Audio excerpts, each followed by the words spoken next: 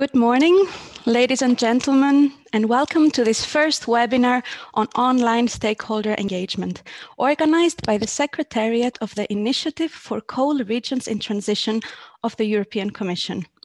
My name is Stefania Xidia, and I am a Governance and Social Innovation Officer at ICLEI, the global network of local and regional governments committed to sustainable development. Together with my colleagues Valeria Eirin and Martin Freire from ICLEI's events team, we are supporting the Secretariat in organizing this webinar.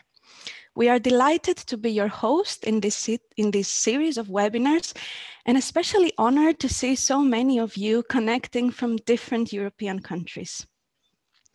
Today, we will focus on the 5 W's of online stakeholder engagement, providing an introduction to key concepts and tools, sharing tips and tricks for designing stakeholder engagement process in virtual environments. In 2 weeks, we will deeper into co-creation methods and online tools that can provide your online meeting and workshops. In September, we will host a third webinar, which will focus on larger online events and how you can enable participation in multi-stakeholder consultations. Each webinar will build on the content of the previous one, so we highly recommend that you register for all 3 sessions so that you can get most of the series. Here you have some housekeeping guidelines to ensure smooth running of the session today. This webinar will be recorded and will be available to you on YouTube. To respect everyone's privacy and to have a smooth run of the event, microphones and cameras are disabled. Nevertheless, you can use the chat to interact with other participants and leave us your questions there. If you encounter any technical issues, please contact my colleague Martin Freire, who will try to support you. Before we start, and in an effort to test ourselves some online engagement in practice, we have a small poll for you. So please use the link provided in the chat, slido.com, to open our anonymous poll and enter the code COAL regions to access the poll. Our first question to you is, how familiar are you with organizing online events? You can select one if you're not at all familiar with the subject, a little bit if you've organized a couple of events, quite familiar if you have experience in it, and very experienced, of course, if you have led, designed, and facilitated online events. So we can see already the poll running. I can see we have participants from different backgrounds with ranging experiences, quite familiar people, and also some very experienced. We will leave it on for a couple of seconds so that you can all have time to reply. Okay, so I see we've got quite familiar people with a concept. It's good to know so that we can also adapt our content and our exercises in the next webinar. Okay, the next question is a bit more challenging, and it asks you to select one word that describes the biggest challenge that you're facing in terms of stakeholder engagement. So try to think of one word that would summarize how you have felt in this effort of engaging stakeholders, either in physical or in online events. So let's see, do we have any responses, any ideas here? Boring, okay, No. Interesting. Trust, indeed, it's a very important aspect. Reluctance, very often faced. And I can imagine in coal regions, it's especially challenging to engage multiple stakeholders, but also willingness can be there. So, okay, let's keep some of the answers coming in. Use the chat also if you have difficulties with Slido, we can still get some insights from the chat. There's interest in some cases. Also lack of responses. So I understand the struggle of inviting people and not hearing back from them. And of course, different attitudes regarding the content, maybe the process or the response of stakeholders in different environments. Maybe problems with connections or Maybe you should. using connection platforms. Yeah. Great, keep the responses coming in. We're using your input also to design the next webinars, so it would be good to have your insights and be able to build on your experiences. Okay, so let's move on. So as you have probably seen, this series of webinars aims to increase your capacity to prepare online stakeholder engagement processes and overcome some of the challenges that have been raised here. We may not have the possibility to cover the full spectrum of questions and possibilities, but we hope to provide you with a stable foundation for further research and experimentation. 3 webinars that are like quick shots that will energize you in this process. Today, we will go over these 5 W's, aiming to explore the purpose, the participants mix, the timing, the virtual setup, and some facilitation tips for different online stakeholder engagement processes. Always start with the why. Why do we need to engage stakeholders? And why do we need to use online tools? Engaging stakeholders during the just transition journey in a coal region can have significant benefits. As you see in the slide, it helps us build trust. It was also mentioned in the poll, but also legitimacy. It increases impact of pace and progress. It saves resources in the long term and raises awareness, acceptance. I would also say ownership and commitment. It spurs needed innovations as it allows more creativity and new ideas to arise. At the same time, it broadens knowledge, the knowledge base of decision makers as it builds on the collective intelligence and the information that multiple stakeholders may bring to the table. There are some risks that we take when we decide not to engage stakeholders. This is the lack of trust and the general uncertainty regarding the outcomes of the transition process. It can influence, it increases the risk of inefficient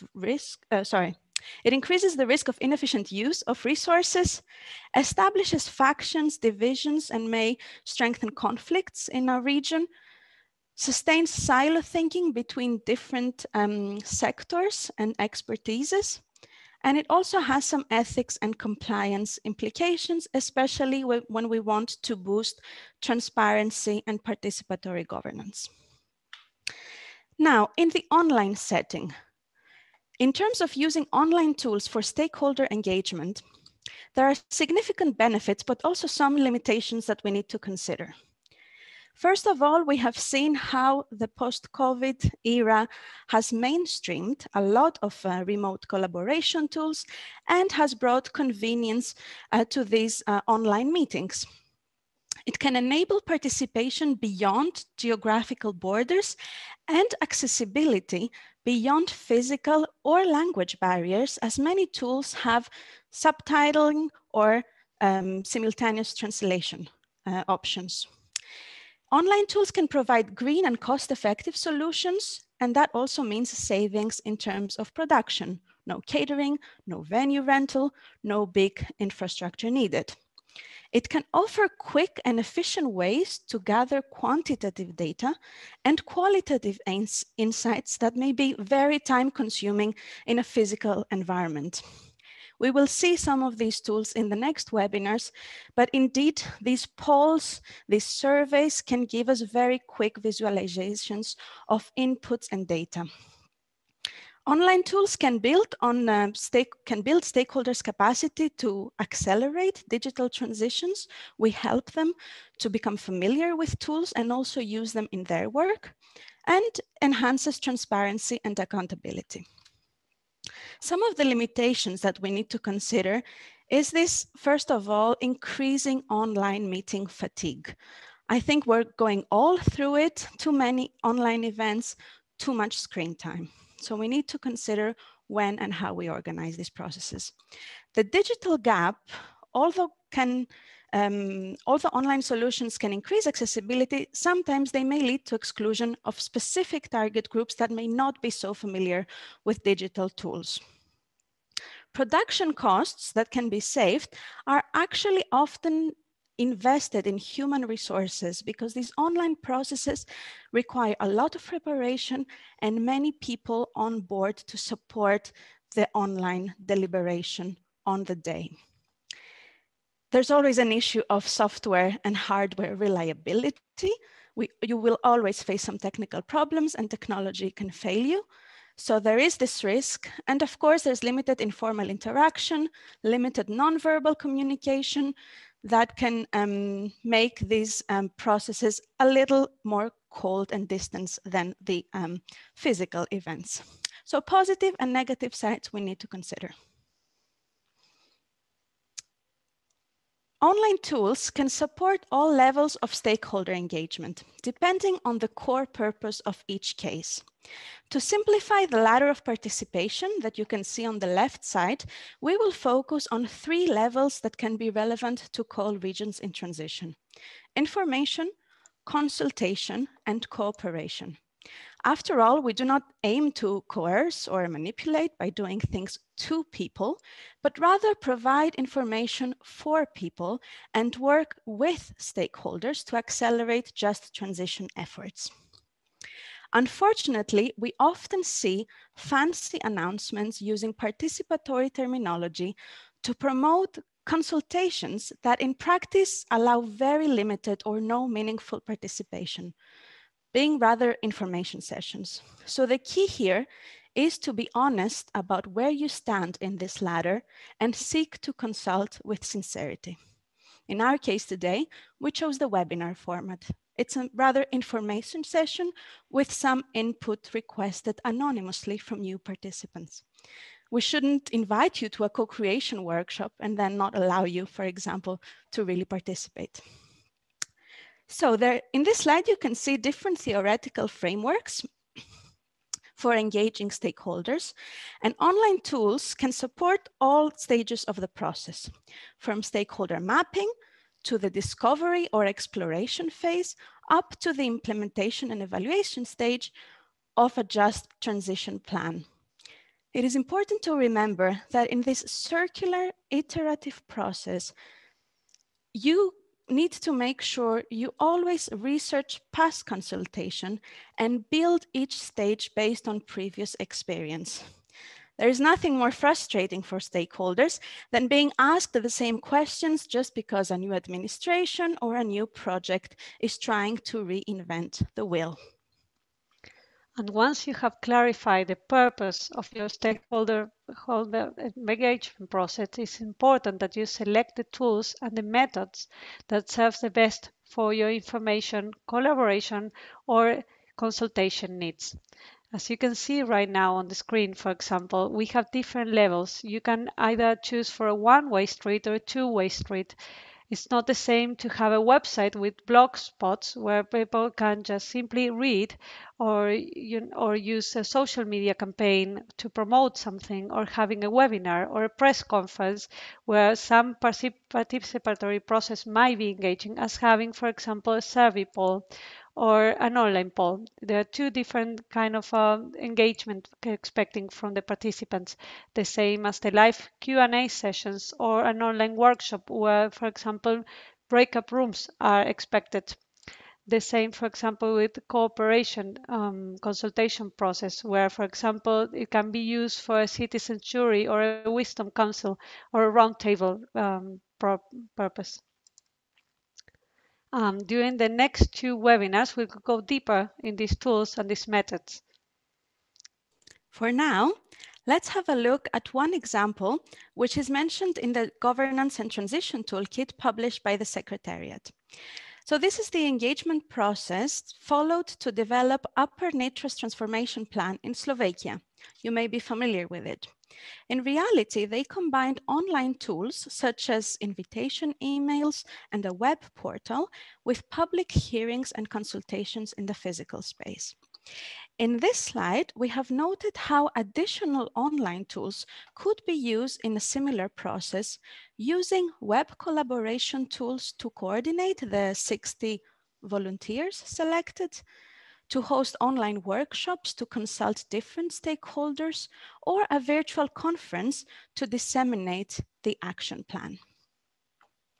Remember that different online tools can support different stages of your process, and online methods can be complementary to more traditional engagement methods in the physical space. In fact, it's all about finding the right mix between what you want to do digitally and what is worth doing in person. Moving on to the who question, it is worth keeping in mind the quadruple helix and start the engagement process by a thorough stakeholder mapping. Who do we need to involve and why? In online environments, even more so than offline environments, it is important to get the right mix of people. You therefore need to consider whether you're looking for breadth of input or for depth of insight. If your purpose can be better covered by diversity or expertise. For example, if you're seeking to explore reskilling in your region, you may choose to exclusively involve representatives of trade unions, mining companies, energy providers, or cooperatives in an online focus group. If, however, you want to gather ideas about bottom-up environmental projects, you may choose to engage NGOs, citizen initiatives, local associations, or even schools in a brainstorming workshop. A useful strategy to consider is the representativity of stakeholder dynamics, rather than seek high numbers of participation. For example, it may be more manageable to have 20 selected people that represent 20 different types of stakeholders, rather than a large audience that jeopardizes quality of insights for quantity. In that sense, it may be advisable to combine your stakeholder mapping with a power interest matrix, clustering stakeholders according to the power they have over the issue at stake and the interest they have in the issue. For each of these 4 clusters of stakeholders, you can use different tools. For example, high power and high interest groups, for example, an energy company, can be actively engaged through online meetings, workshops, and collaboration tools. High power but low interest players, for example, members of parliament or media, journalists, may not have time to join consultations, but you want to keep them satisfied with regular online updates through websites, fact sheets, and white papers.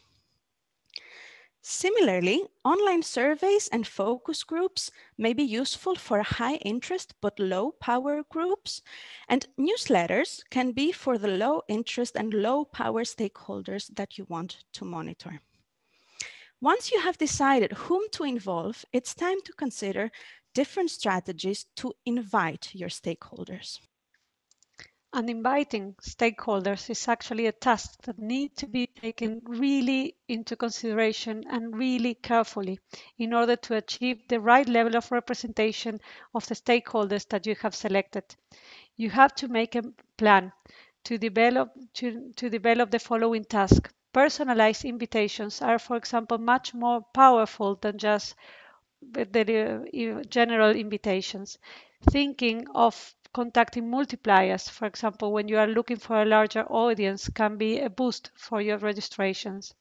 Making the most of your content by delivering not just one invitation, but several, and using the tools that are already provided nowadays to avoid being selected as spam by the recipients.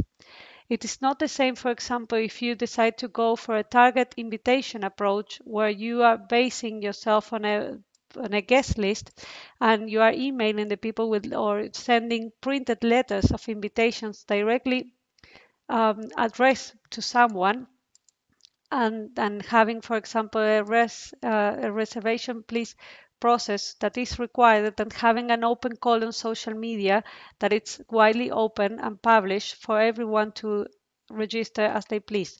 In that case, you should always calculate with a rate of 25 to 50% of no-shows from the participants that have registered through that kind of process.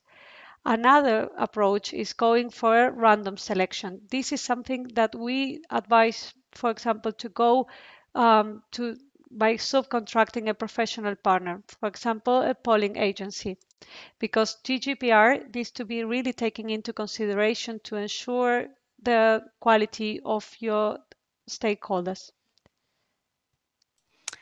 I remember now that recently I took part in an online consultation for non-German citizens living in Freiburg. I was surprised to hear that the municipality had to send 1,000 letter invitations to a pre-selected list of foreign residents in order to get 40 active participants in a virtual workshop. So do not underestimate the wide gap between number of invitees and number of participants, but also the need to use print media like personalized letters and invitations, even for online events. Any type of invitation needs to answer the when question and be based on a realistic timeline. Timing really matters. And when trying to involve different stakeholders, all the small organizational details can impact engagement more than you can imagine. Start with selecting the right day. Ideally, after an informal consultation with some key stakeholders, or if you want to engage a small group, offer multiple alternatives and find the most convenient date using online tools like Doodle or calendars. You need to consider the working hours or family routines of your target groups. Does the online event have to be within working hours to, for example, ensure presence of authority representatives, like public authority representatives? Or should it be an evening or weekend activity suitable for the broader community? Make sure you avoid holidays and also check parallel events that may occur at the same time and distract your target audience. A local festival, a strike, or even a football match, speaking of the Euro days, can sometimes jeopardize attendance. And so can the weather. In long-term processes, you may laugh, but it is advisable to cluster online engagement processes during the dark winter months and make use of the longer sunny days for face-to-face events. In this slide, You may see, for example, the sample timeline of how to deliver online engagement events with some internal milestones that are mainly for organizers and some others that are important for the external audience.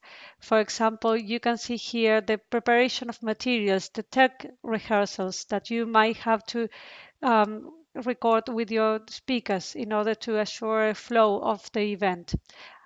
The event itself, it's also the mark that you need to keep on track, and everything that happens right before and right after plays a role. This is a circular process, so everything that you can keep on track, it's important, and every task needs to be taken really into consideration because, as I said, it is a circular process. So the report, the results of the one event will impact directly on an upcoming event that you might be planning. exactly. As discussed, we're talking about consultation. Very often, organizers think that the event is over and we're done, but actually it's the work after the event that is the most important to enable documentation, transparency, and open sharing of results with all stakeholders. There's nothing worse than participants feeling that their time was in vain because they never saw or they never understood how their input was used. So keep that in mind and use every step of the way to inform the next one. So a colleague recently told me that leading an online meeting or event is like flying an airplane. You need to take off in time and you need to land on time During the flight, you can slightly adapt the flight plan. You can accelerate or slow down according to the weather conditions, but no matter what, you need to respect people's time and end on time. In order to do so, it is crucial to think through your flight plan. So we have left here a couple of tips that are very important to take into consideration when planning an event flow.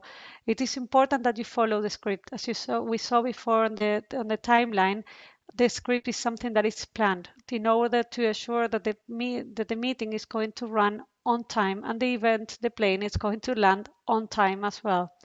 Keeping the sessions on a span of 60 to 90 minutes is also very smart because the attention span from people is not longer than that. Providing a break in between, for example, of 10 minutes is also something smart so people can take a look at their phone, grab a coffee, or even have a conversation with their colleagues. Having also you also need to calculate an alternation between speakers of every 10 or 20 minutes because when someone has a very monotonous way of speaking, it can be very boring for the participants and they can actually drop in the middle of the meeting, which is something that you don't want. Using audiovisual content such as music or pre-recorded videos, having polls, graphics, pictures on screen is something also that captures the attention of your audience. At the same time, it's very important, as I said before, to keep track of time, keep the comments of their audience on the chat on track and seeing where their interest is going and enable the feedback and the time for questions. Also, it's very important for the participants to feel heard and included. The pandemic experience has shown us that space is a relative concept, and virtual environments can somehow bring us closer than meeting rooms or conference venues. When designing an online stakeholder engagement process, we need to think of the location in terms of the platform we will use and the different virtual spaces we will create. These spaces can combine physical, digital, and hybrid elements. For example, you can have a panel of experts discussing in a physical room. At the same time, a number of stakeholders can be connected and participate through a digital platform, asking questions or making comments. At the same time, you could arrange a live stream of the process to broader audiences through your website or social media. So there are different levels of engagements that can be enabled by different event formats. But the level of complexity of an online event can also vary depending on the format. Going from a small online event to a hybrid or blended event, choosing the right format will depend obviously on your ultimate goal of your event. There is an increasing number of commercial and open source platforms out there providing services and all type of online meetings for events. There is a process of choosing the right one for your needs that you might consider in the following elements. You can have, for example, it's important to know, for example, the size of your event. How many people are you expecting? The budget, it will play an enormous role. It's not the same using a free open source platform as going for a paid platform that charge you per minute of participants' use. The data storage is also an important factor to take into consideration. Some platforms do not storage their data provided by the participants in European Union soil, but somewhere abroad. So it's important for you to make yourself the question, is that important for our event or not? Platforms and features that are even available for the participants. In some, for example, it's important to have a chat.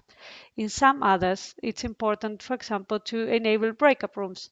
And for the organizers and the speakers, it is important to know whether you can have, for example, a private chat room for the speakers where they can interact or just for the organizers. And another question, is the registration process going to be on the host on the same platform or not? Maybe it can be on a third party website. This is something, all questions that you need to make yourself. We have landed here a couple of questions as a checklist that you can take into consideration. And this third slide, that we are not going to go into detail, explains you what is a nice to have for a small event and what is a mandatory something that you need to consider for organizing a large event where you expect a high level of interaction between the participants. So, our final chapter focuses on the big how. We will dedicate more time to this in the next two webinars, discussing facilitation techniques and methodologies. But we want to draw your attention to the following tips. First of all, build your process around powerful questions, carefully crafted to avoid creating bias and making sure that they enable to gather stakeholders' insights in both quantitative and qualitative terms. On the right side, you can see some open questions that could be relevant to coal regions, each leading to a different discussion and different outcomes. So when you start designing your online stakeholder engagement process, think of possible typologies of answers so that you can set from the start questions that are relevant, clear, thought-provoking, and purposeful. The questions can be set as open questions for discussion in a workshop, in breakout rooms, or in a panel discussion, but they can also be multiple choice questions like the ones we used, or a quiz that can actually inquire into people's knowledge about a topic. Here we have left, for example, a list of roles, all roles that are important for covering into an online event. Most of them can be covered by 2 or 3 experienced people in the team. But if you multiply sessions, for example, having parallel sessions or breakout rooms, you need to multiply the amount of colleagues that are supporting on taking these roles. Some of them are mandatory to have. Let's say, for example, a facilitator is who leads this meeting. For example, now it's my colleague Stefania who is leading it, and she facilitates the whole process, presents the speakers, and conducts the debates. A co-facilitator as a speaker, that's be myself at the moment, is who supports the facilitator and keep the conversation going. It's sharing the relevant information and recording, for example, some questions. The technical host, right now, it's a role covered by my colleague Martin, who is responsible for all technical aspects, from logging in to ensuring sound, light, the breakouts, the videos, and everything that's happening from the technical point of view. If you are conducting, for example, a blended event, a hybrid event, the technical host has a completely different approach. It's like a theater director also has to think about the camera people, the sound people who is going to be present, and the lighting to make sure that the image you are projecting through the screen is the right one. The timekeeper is a very important person. It's the one who is ensuring that the meeting remains on schedule, that the plane is landing on time. It's the one who is alerting the facilitator and the speakers when they need to slow down or when they need to wrap up because they're talking over time. The note taker is another very important person, for example, especially for reporting purposes. But if you are lacking on colleagues and manpower, but you can have, for example, the recording of the meeting, then it's something that you can do after the event and not during the event. And a conversation assistant is a very important person because he's the one who is going to be keeping the conversation alive in the chat room. For example, it's going to be managing the polls and the quizzes with the participants in the chat room. So as you can see in our case here today, we have two visible people, me and my Valeria, who are presenting, but we also have a person backstage who's doing a precious job, actually taking on 4 very important roles.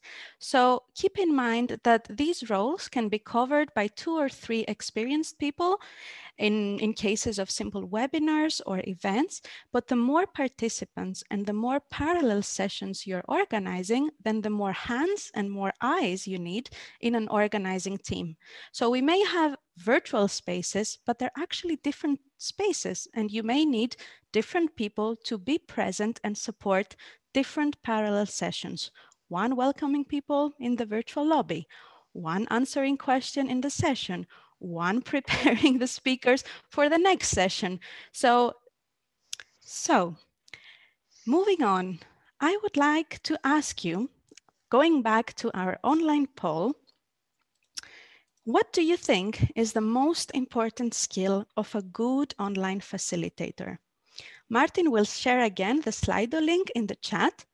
You need to use this hashtag cold regions to participate. And we want you to share again one word that for you is the most important skill of somebody leading an online process of stakeholder engagement. So this can be something about their presentation skills, but maybe something else that you have noticed in the webinars or the meetings that you have followed. I guess there have been many in the last years. So what were good practices and good skills that you have seen? Indeed, listening. You think it's all about talking, but actually you need a very good listener. You need somebody who's kind, indeed, enthusiastic, creative, credible at the same time, right? And also that understands target groups.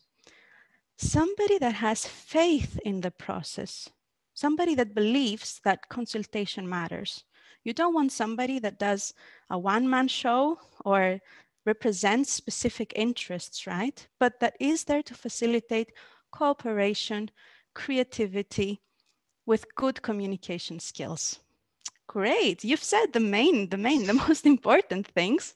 And you're also testing in practice what it means to contribute to anonymously to a process with simple words that can transmit your own view on a topic. So creativity, indeed. The more online events we have to attend, the more we want to be surprised, we want to be challenged, we're bored often by these long talks that lead nowhere. So there are more and more little tips and tricks that we can use to make them more creative and more engaging. In the meanwhile, don't forget to leave your questions in the chat if you have any. If something is arising to you right now, don't forget to leave them in the chat so we can take a look at them. Great. So thank you very much for these magic words. We have added some skills in this slide that you can consider when choosing your facilitator.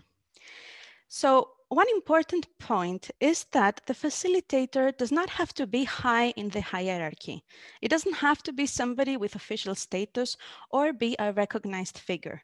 These people can be speakers, they can be invited and welcome everyone, but the actual facilitator needs to present some independence and neutrality to the topic matter. Especially in small communities, it may be easier to subcontract this process and this role to somebody with professional skills or that is not a public figure, so that you can minimize the predisposition of participants. Of course, this person needs to master the selected methods and tools.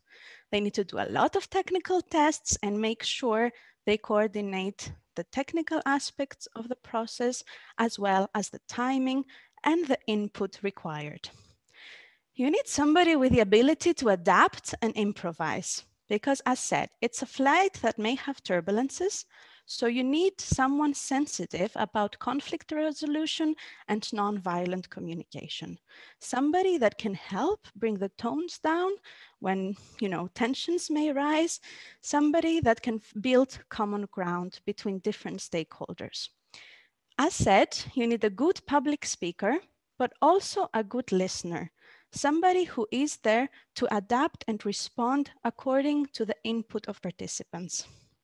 Practically, it has to be a multitasker, able to control multiple tools and parallel processes. And at the same time, lead a whole team, right? Because they have the responsibility of the overall process and they need to guide and inform their colleagues during the moment when change needs to be decided. Finally, You want somebody who's polite, reflecting a positive energy with a smile, professionalism, and a proactive body language. So we have come, I think, Valeria, to the end of our presentation. But As before, said, Stefania, I will improvise now, and I would okay. like to hear from our participants who have facilitated during this year in an event. Maybe some of them have already an experience and some of them not.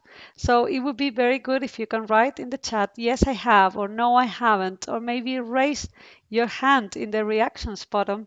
You see that you have on the bar below to see what has been your experience? Oh, we have quite a few and some who have Indeed, not. from the first Yeah. poll, we saw that we have quite a few people with significant experience in online facilitation. So if there's any skill that we have missed, also please add it. We're interested to hear of little tricks or little things that facilitators have done to keep you interested, keep you engaged, and make this a positive virtual experience. So this is one of in the next 2 webinars, we will dive deeper into facilitation tips, which will enable you to design different online stakeholder engagement processes or even become a better facilitator yourself. So make sure you join us in 2 weeks to discover co-creation methods for virtual meetings and workshops, and stay tuned for the 3rd webinar in September.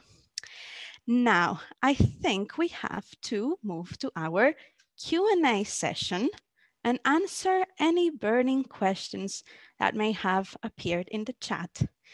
The pilot says we have approximately 15 minutes left, so that could be enough time to take your questions, theoretical, practical, technical, philosophical, anything you would like to squeeze out of us based on a long experience of online facilitation.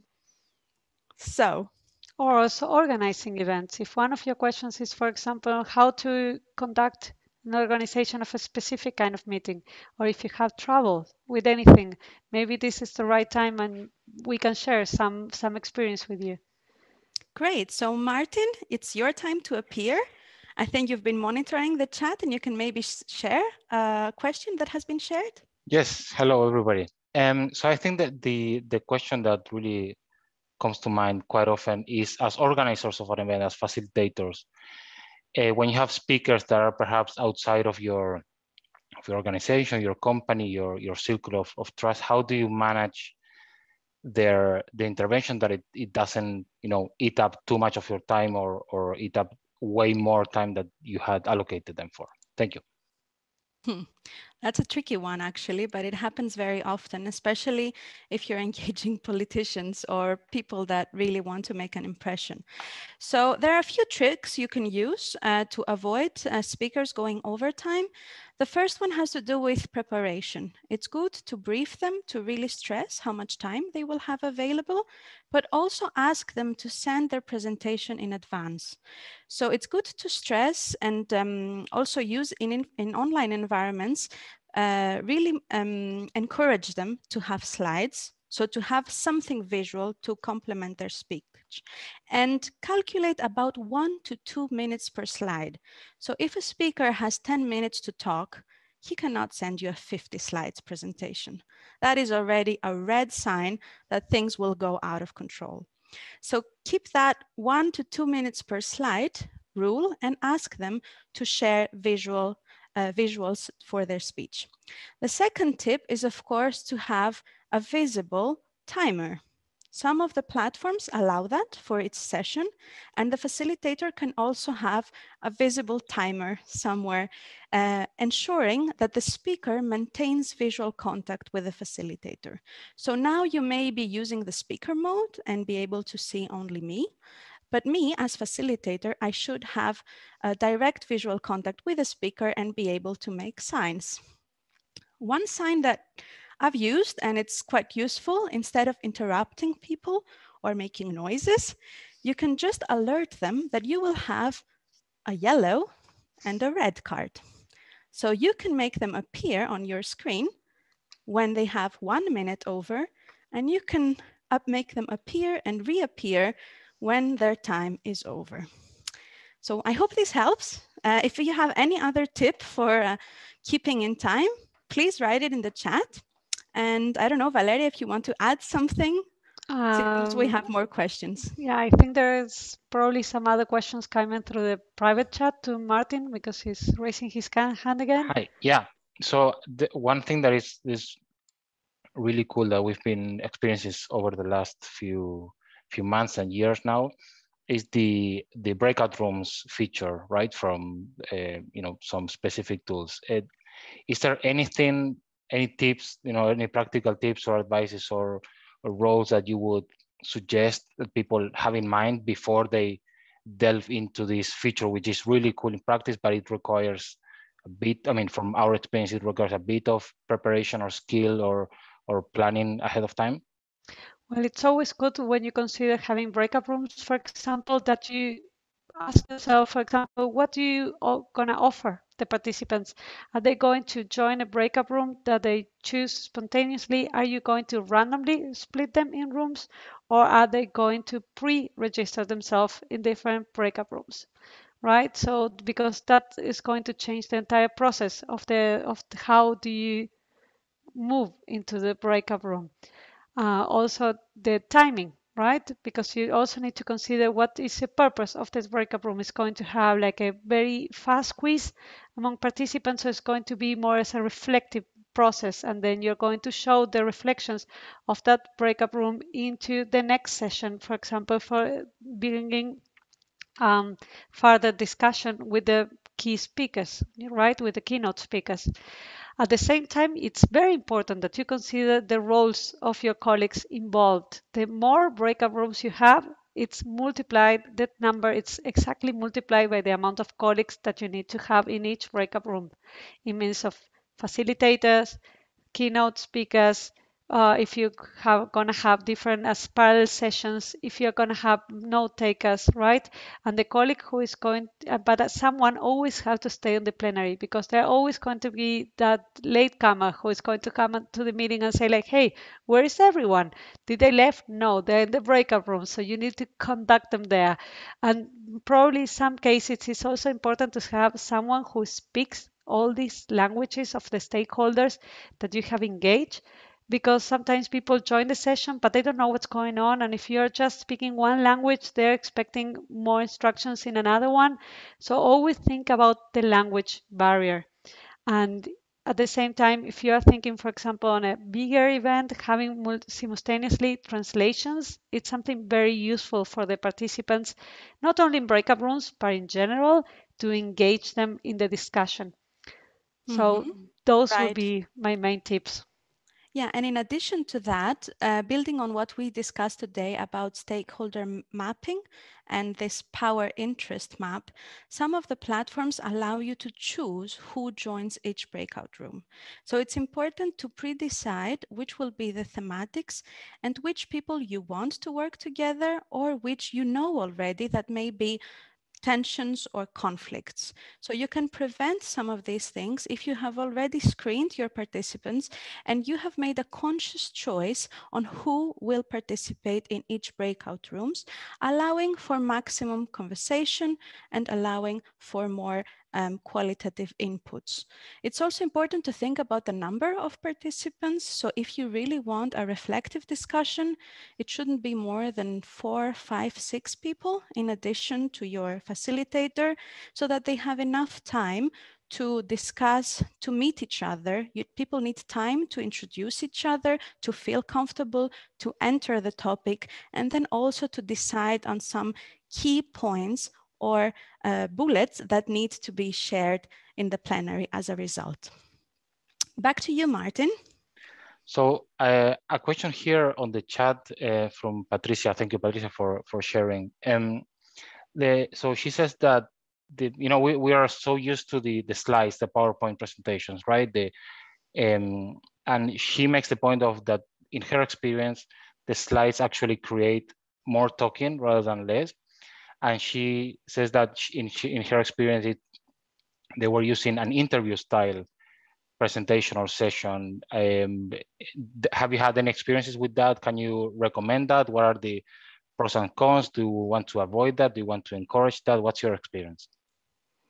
If I may jump in, I think when you structure especially something like a panel discussion or when you have multiple experts that are sharing information, you may want to consider multiple rounds with a specific question instead of having each person speak and make a presentation. So a short question that is asked to different people and giving, a couple of minutes to each person to answer can really help. So it's a lot about how you structure it. And indeed, the interview format is a very good one for online events. You can interrupt people more easily. You can also prompt them to go deeper if you think something is really relevant or if you see that you have time for them to expand.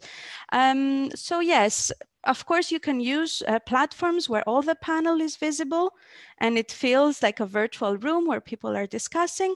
But in some cases, especially in conferences or in places in situations where you want to use like very expert terminology or present data, then I think slides and visual elements can be very useful for people to get to really dive into the content and not get lost only with the audio. And if I might add my 2 cents here, I think it's, for example, for larger audience, it's very effective to use social media.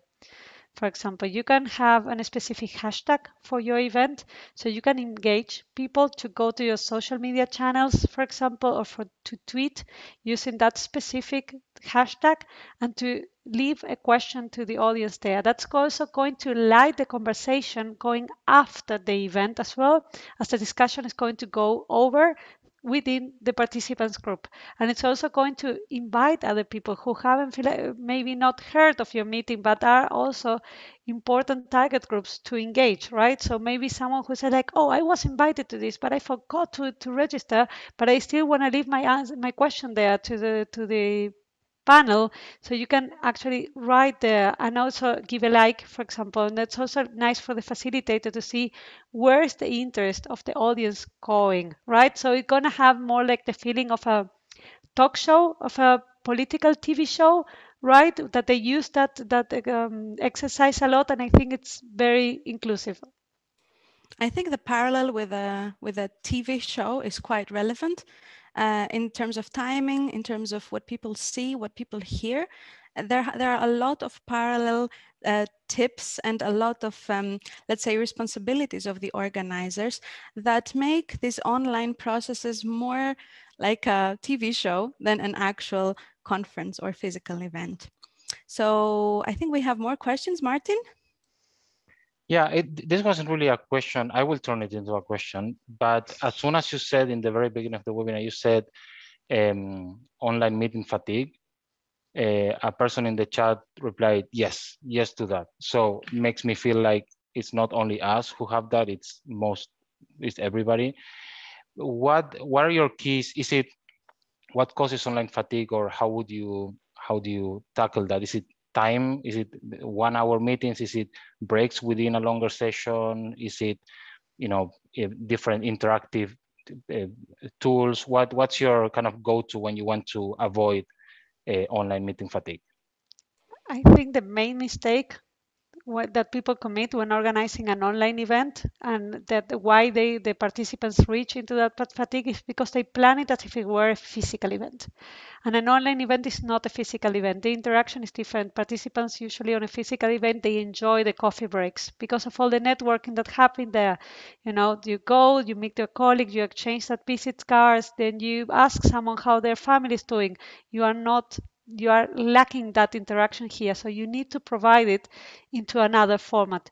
So for example, in some platforms, you can even allow people to organize one-on-one meetings to catch up with someone, to meet someone extra on that room, to exchange cards from an online social network. I'm not going to say the name, but you know which one I'm talking about, is the professional one.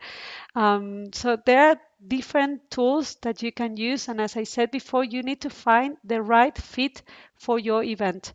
It's not the same organizing, for example, an info session of a topic for 25 people. That's going to feel like if you were in a traditional conference room, having coffee with your colleagues, everyone with the cameras on, as having an event for 300 people where you still need their input.